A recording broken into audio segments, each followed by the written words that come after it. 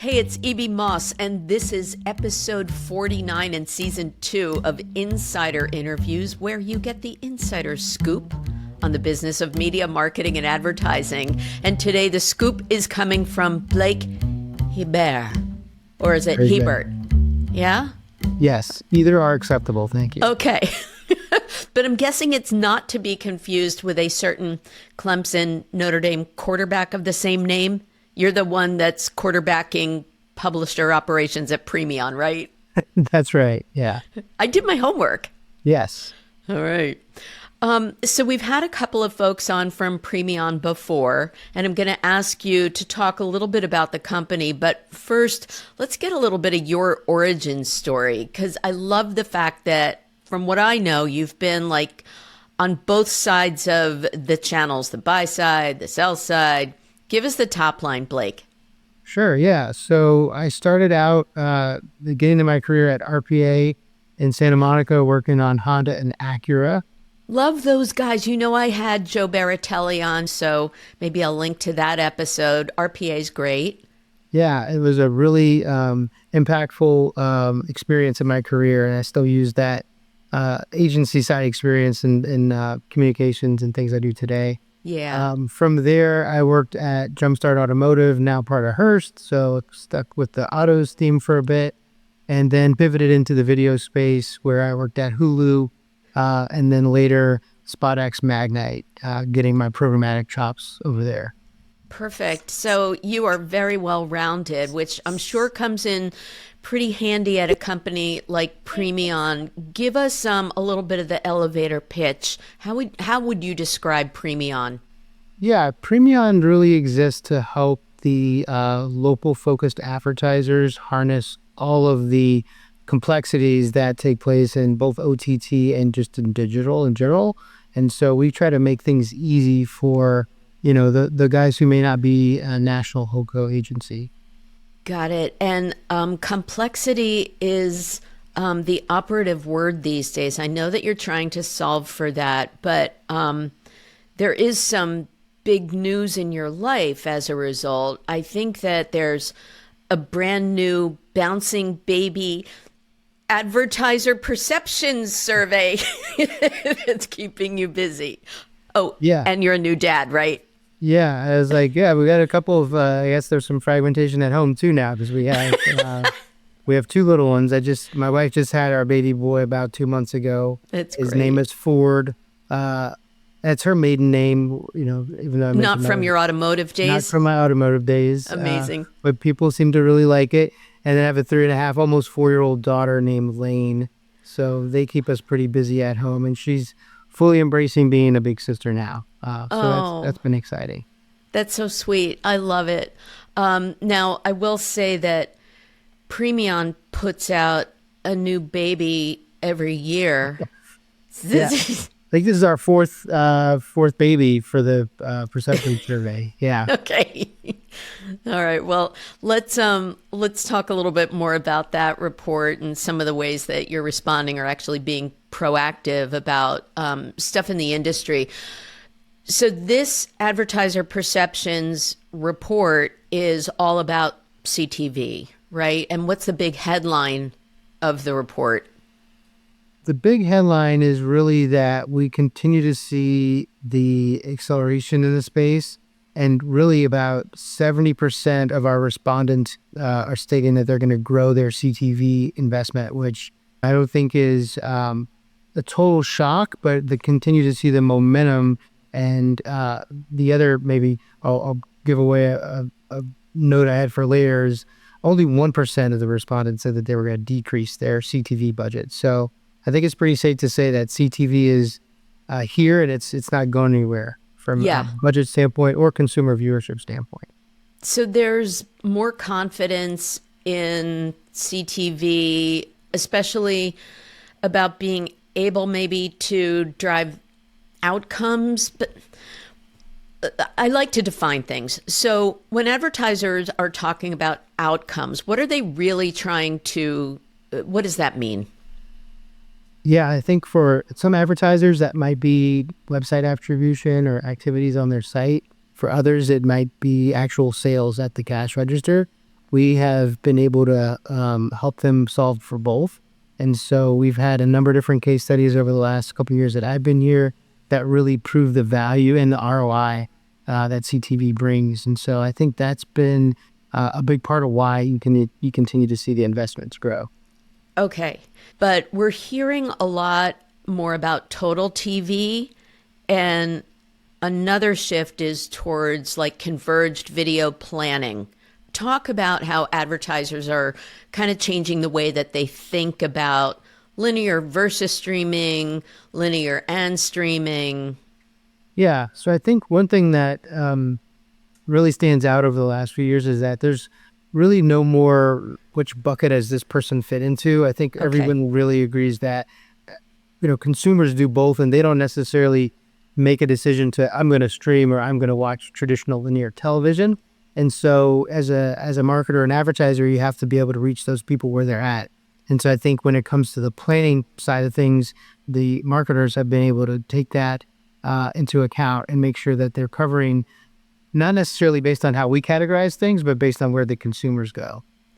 And that applies in both local and regional, because it seems like CTV is a little bit complicated, is what I want to ask. So how is a local advertiser able to navigate that space without the big bucks of the big agency world?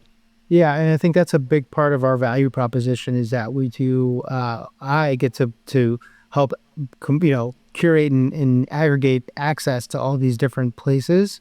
And then on the local level, we can go and bring that out to market so that a buyer in, Austin can not only reach the local viewers that are watching their local broadcast, but all the other places that people go to stream content now. So that might be across Hulu or, Warner Brothers Discovery, Paramount Plus, on and on. And so not all of those places are as easy to access for the local buyers. And we are able to combine all that for them to have the access, but also to be able to layer on data and still be able to find large enough audiences out there in the ecosystem. Is that basically curation? Is that the definition of it? I think that is a buzzword the last couple of years. And to me, it's funny in this industry, a lot of terms that are, old are coming back around again. Right. Sometimes, things that used to be, they used to have a lot of negative connotation with can evolve into becoming something new again, right? So, I think of ad networks in that way that, initially they were saving the day, and then a couple years later, you didn't want to be buying a network without having a lot of visibility. I think the term aggregator kind of got played around with a bit that way, and now here's a new word, curation, and it's kind of not that much different. I think the key difference with curation is that you get a lot more visibility, and you can look at all the different signals that are coming through, from the bid stream, and that allows us to curate things in a much more intelligent way, as opposed to just kind of buying in bulk based off of a publisher's name or a site's name. Okay, because when I think of curation, I think about just selecting a lovely collection of stuff. But your stuff is basically designed intentionally by applying data on top of it. So you're almost creating a bespoke collection or curating in a very intentional way based on the target that's informed by the data. Yeah, because all these things have to link together to work, right? I think that sometimes is something that we miss in the industry is we want to do all the things, and then when you start to layer them together, they don't always work as neatly as you would like. So curation is definitely a component in that, and making sure that we have access to the right supply that works with the different data segments that we want to use. Now, you mentioned that you work with different publishers. I don't think I gave you a chance to explain exactly what your role is at Premion, and that'll give us another buzzword, context for, who you are and what you do. Yeah, so my role at Premion is a lot different than what I did for most of my career, which is actually really exciting for me because I get to leverage all of my knowledge and experience from the past to help navigate this complex space that we're in. So what I do is I work with all of the publishers. So we'll typically on a monthly basis, there's about 40 meetings I'll have with external partners A lot of times it's reviewing our activity, or sometimes it's onboarding new ones. I also work with all the SSPs as well. So get to work with some of my old friends at Magnite. And then, of course, everyone, cross-pollinates in this space. So there's friends that I have at other SSPs as well. And so a big part of what I do is knowing all the acronyms. I always like to call that out. There's about 100 acronyms that I've got burned in my brain now. And try to simplify it for the internal teams, that both from a marketing and sales standpoint, but then also I work with the tech team. So in some ways I have to be that go-between across a lot of different groups to help explain how all this stuff works, who a new partner is. So those are the kinds of things that my internal teams lean on me to help figure out. Where do we put these guys, or how do we explain what they do to the markets? And then there's always changes to existing partners as well. So understanding what pause ads mean and how do we navigate that, right? Yeah. So that's the fun part of my job in some ways, is I get to, hear about all the latest and greatest from the industry. And then I have to bring it back internally, and we think about, how do we productize this? How do we make this work for, our sweet spot of advertisers, which is really more focused in the, mid-market local space. I'm really excited that you brought up innovation. And I know that Premion really likes to handhold their clients and deliver some innovative stuff. But I know that marketers are also a little challenged, and this came out in the report too, by stuff like fragmentation and walled gardens. How are you talking to marketers now? What are you hearing from the field, and how do you help them solve for some of those challenges? Yeah, walled gardens continue to be a talking point for us. And by the way, by that we mean like Roku and Amazon, who are a little less flexible. Yeah, I think, YouTube TV and that collection of that garden, is definitely a big one. Amazon is another big one. When it comes to the walled gardens, the one thing that I've communicated to our internal teams, and I think is out in the marketplace from our point of view, is that the consumers aren't just in those gardens. They kind of float across those invisible lines, right? So, while there may be some specific unique things that each one of those walled gardens might offer, consumers aren't necessarily contained within them, right? So they'll, myself included, will watch Amazon Prime, but then I'll also flip back over to watching my Hulu app, right? So, people will go in and out of these walled gardens. The key is being able to not only reach them within the walled garden, but find them when they go elsewhere. And I think that's a big part of what we've been educating the marketplace on, is that consumers aren't just in one place. They're going to float between things. And it's good to have a relationship and connection with them while they're in one of those walled gardens. Yeah. But that's not the only place that they're streaming, or that's not the only place that they're going to be reached. But that impacts like measurement and transparency. That's a frustration for marketers these days. Can you help with that? We have some solutions that will help bridge those gaps in terms of being able to reach the user and then understand where they're coming from based on a number of different identifiers. And so, we do have some solutions that will help bridge the gap. But in general, there's always going to be a little bit of an opaque, space that we can't totally measure when it comes to that, unless everything's all under one umbrella, which to this day, I don't think that there's really a place that has everything under one umbrella. You're going to have those gaps. What about managing like reach and frequency, especially like holistically with linear and streaming? What are teams doing these days that help get that right? Yeah, so we work with third-party vendors to help measure that, and we can provide that incremental reach that CTV offers, which has been a great way for us to showcase that you're not necessarily, if you think about traditional television, many years ago, it was always the hardest to get the last few points of a demo. Yep. And so in this world, the same thing's sort of true when it comes to the limitations that linear TV provides, but you can also now prove the extension of CTV is reaching those audiences that maybe you didn't get enough frequency with, or you just didn't reach at all through your linear buy.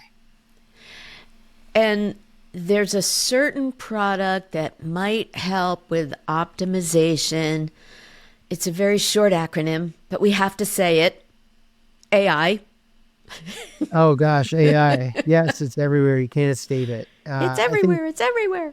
I think AI is. I'm really excited about AI personally. I'm Okay. using it more and more in my day-to-day work.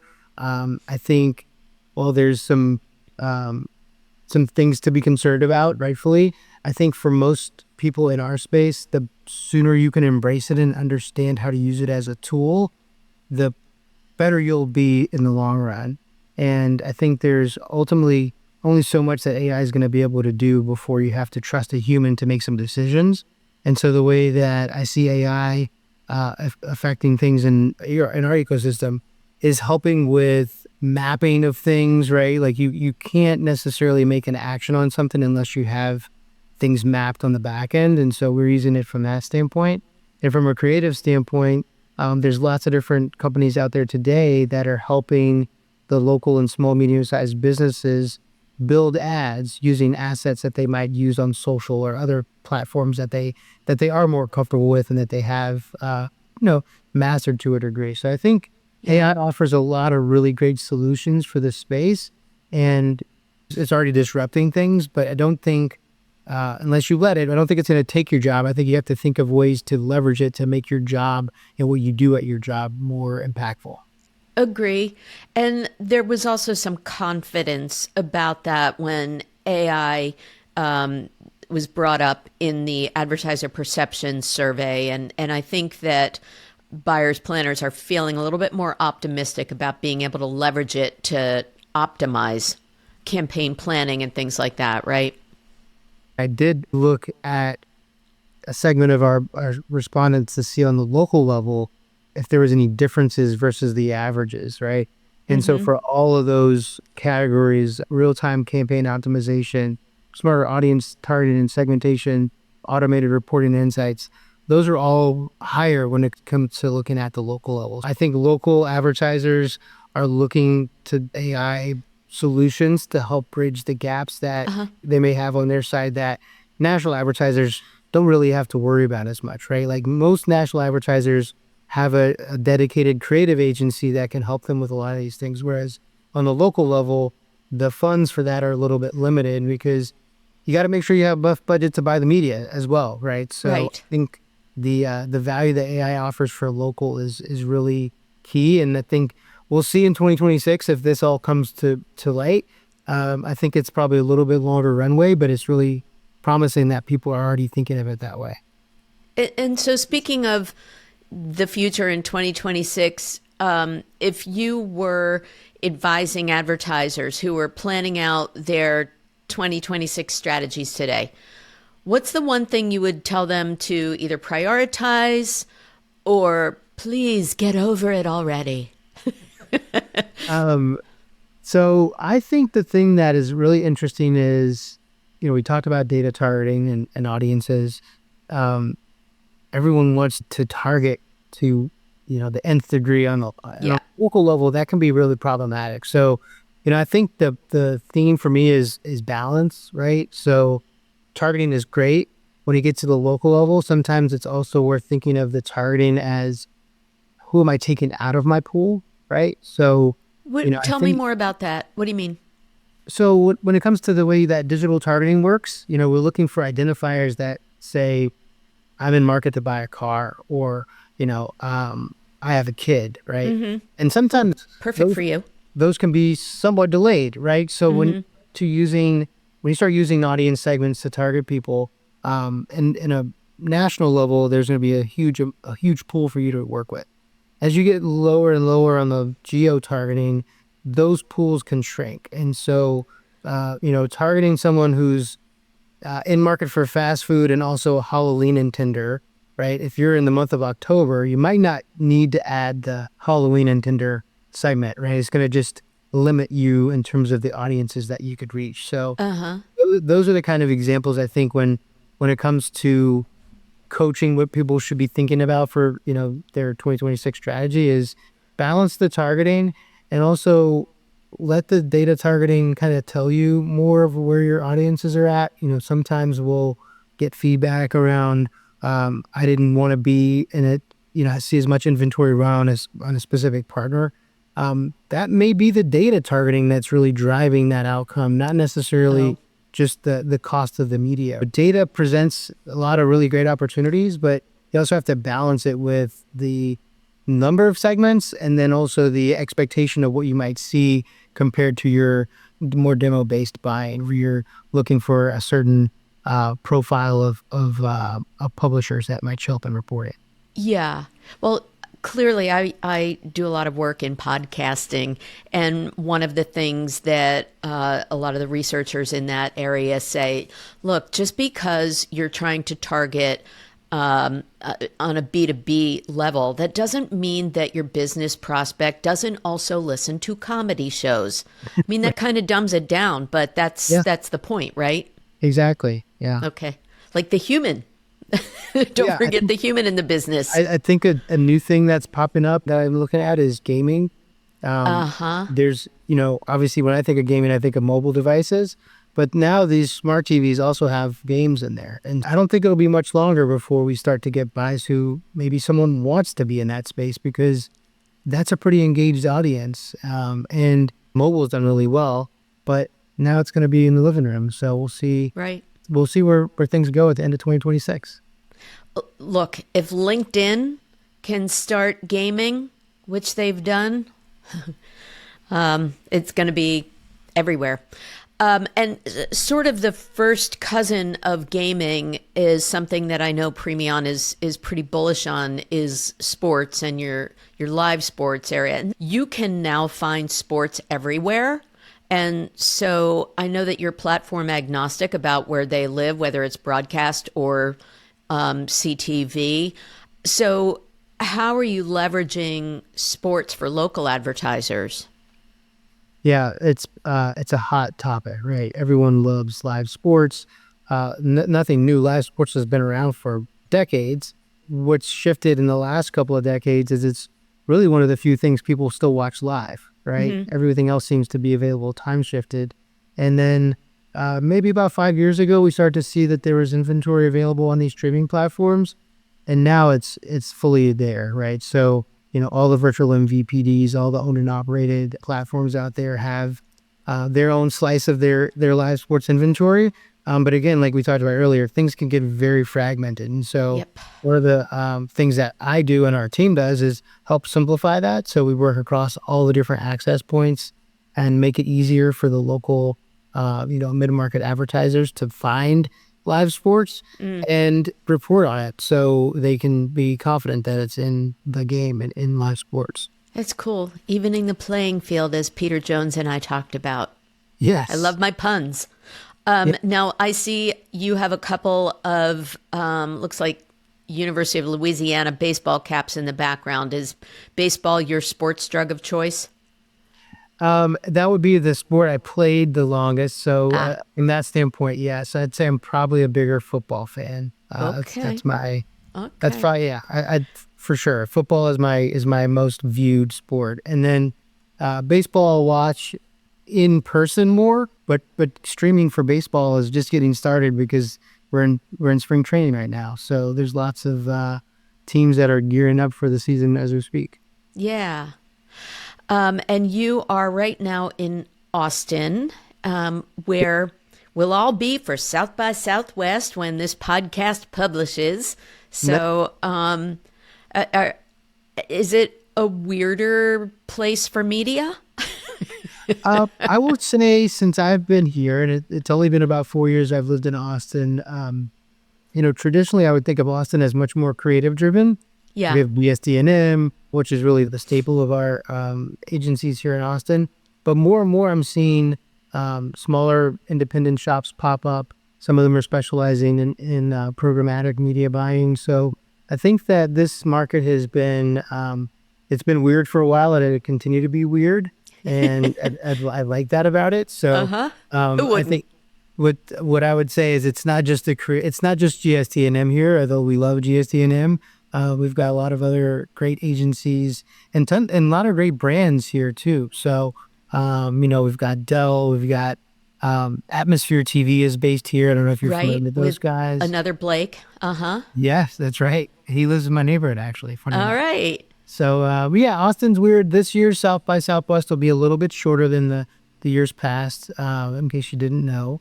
But yeah, we're looking forward to hosting all of our friends. It's one of the few times people come to me. I'm usually on the road, going out to Possible or to Convergent TV. So, I'm excited that we finally get people down here to us.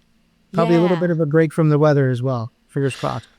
Well, I will see you in Austin. I will see you in Miami for Possible, I guess. And I don't know. We got to make it happen at Cannes next, I think, right? Yeah, we'll see. Tell the bosses. Been the last couple of years. Possible was very productive for me from that standpoint too. This was the first year I've missed CES in quite a while, and I think I had the best excuse ever because my son was born the week of CES. But I do think it feels like Possible is kind of eating into either the Cannes or CES crowd. I can't tell which one. That's what they're aiming for. It's true. I'll be over there. Just on a final note about Austin, and then I'll let you go. But I do want to give you the opportunity to give a shout out to an association that you're very vocal about, AAF. Do you want to tell us about that? Sure, yeah. I'm our Austin AAF club president. So really, and what does that acronym stand for? AAF stands for the American Advertising Federation. Okay. It's been around for over 100 years. And what's really cool about the club is it's actually a three-tiered club. So you have the national level, which we actually have a lobbyist in DC who advocates for the advertising and marketing industry, whether it be for data rights, on and on. We're part of District 10 in Austin. And then within that, we have, the local chapters like Dallas and Houston and so on. So I never thought I'd have president in my title at any point in my career, but here I am. And we have a really great community in Austin. We've got people from the media side, from the creative side of things. At South by, I'll have to connect with you more on that. We do love to things with the UK House, as well as GSD&M has a famous closing party that they host at their office. And it's always, I know people. They always wait till the last minute to tell you who's going to perform, but it's usually a pretty well-known band. So note to self. Keep your plans open. Mr. President, Blake Hebert, Senior Director of Publisher Operations at Premion. Thank you for walking us through your new babies. Thank you for having me. Well, I hope you got some good insider scoop from this episode of Insider Interviews with me, E.B. Moss, and Media and Marketing Pros. If you did, give it a like, give it a share. If you'd like to learn more about how you can get your own podcast, reach out to me at podcasts@mossappeal.com or follow Insider Interviews anywhere. I'd like to thank my producer extraordinaire, Jim Mullen, and my theme music composer and performer, John Clayton. Thanks again for listening.